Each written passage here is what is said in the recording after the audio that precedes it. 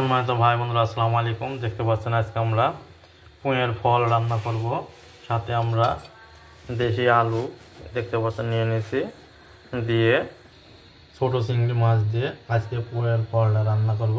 তো আপনারা কার পছন্দ অবশ্যই আমাদেরকে জানাবেন। আমরা এখন চুলাতে পেঁয়াজ এবং কাঁচামরিচ একটু সামান্য ধনের পাতা দিয়ে ভালো করে কষায় নিচ্ছি। দেখতে পাচ্ছেন সরষের তেলের সাথে আমরা এর মধ্যে একটু বাটা মশলা দেবো হালকা করে।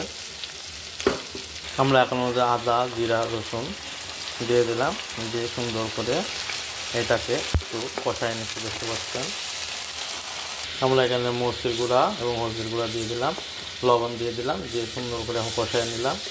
এর সাথে আমরা এখন চিংড়ি মাছ আলু দিয়ে ভালোভাবে কষায় নেব। আমরা এখন চিংড়ি মাছ আর আলুটা দিয়ে ভালো করে কষায় নেব। দেখতে পাচ্ছেন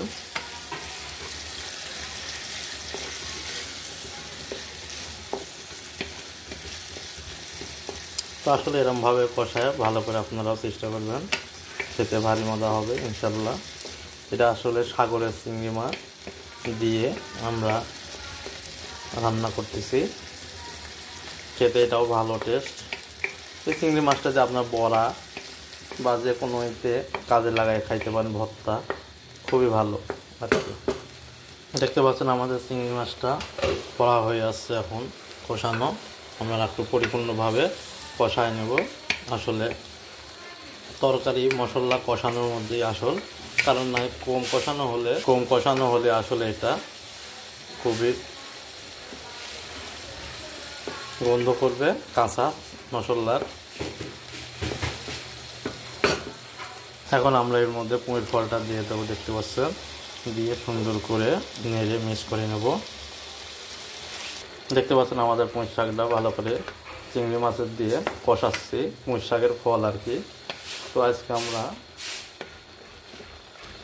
পুঁই শাক দিয়েও এমনভাবে ছোটো চিংড়ি মাছ দিয়ে রান্না করব।